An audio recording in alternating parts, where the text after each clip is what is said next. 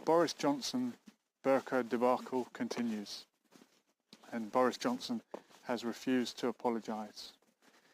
And people are coming out in favour of freedom of speech, people are coming out against hate speech, and people are calling on the government or whoever to ban the burka. It's got a nice ring to it, ban the burka. And funny enough, the people who would like to ban the burka are the same people in favour of freedom of speech for people like Boris Johnson. So freedom of speech, but not freedom of clothing. You can say what you want, especially about Muslims, but you can't wear what you want. And you can't ban the burqa. The burqa is a religious garment worn by a very, very small section of Muslim women. But you could ban covering your face.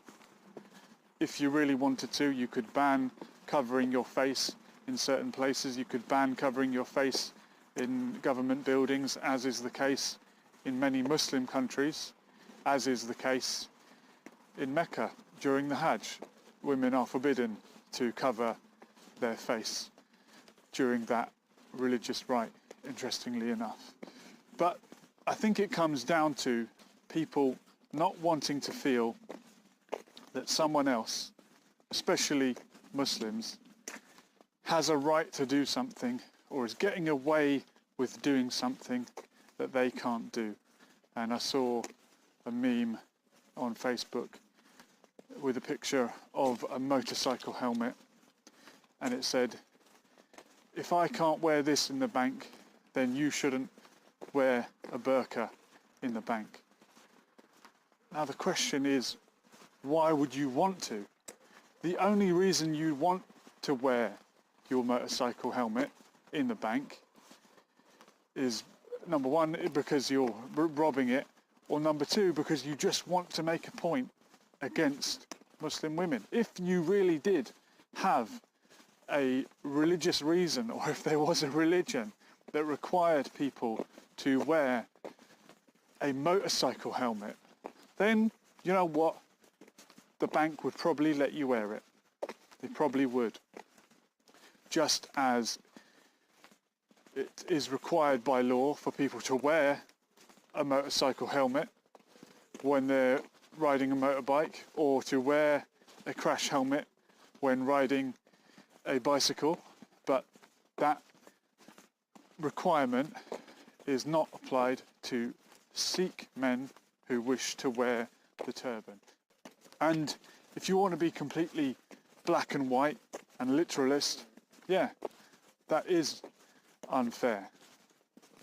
But you're being unfair in the way that you're applying it, because you're not demanding that the religious Jewish women who cover their faces remove their face veil. You're not demanding that Sikhs should have to wear a motorcycle helmet instead of a turban. You're focusing on the burqa because it is worn by Muslim women. That is where the focus is. And we're all in favour of freedom of speech when it's Boris Johnson having a pop at the Muslims. But what about when Jeremy Corbyn says something against the Jews, even though he has never said anything derogatory about Jews or the Jewish religion? But the minute he shares a platform with someone else, a Holocaust survivor who criticises Israel, for example, the minute he shares a platform with that Jewish individual, he is branded an anti-Semite. Corbyn, anti-Semite. Corbyn, anti-Semite.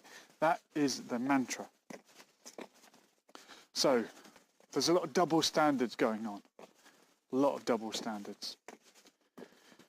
Freedom of speech for Boris, freedom of speech for Tommy, but censorship for Jeremy Corbyn, who doesn't even make anti-Semitic comments, but he is portrayed as an anti-Semite for his political stance which has been against the state of Israel.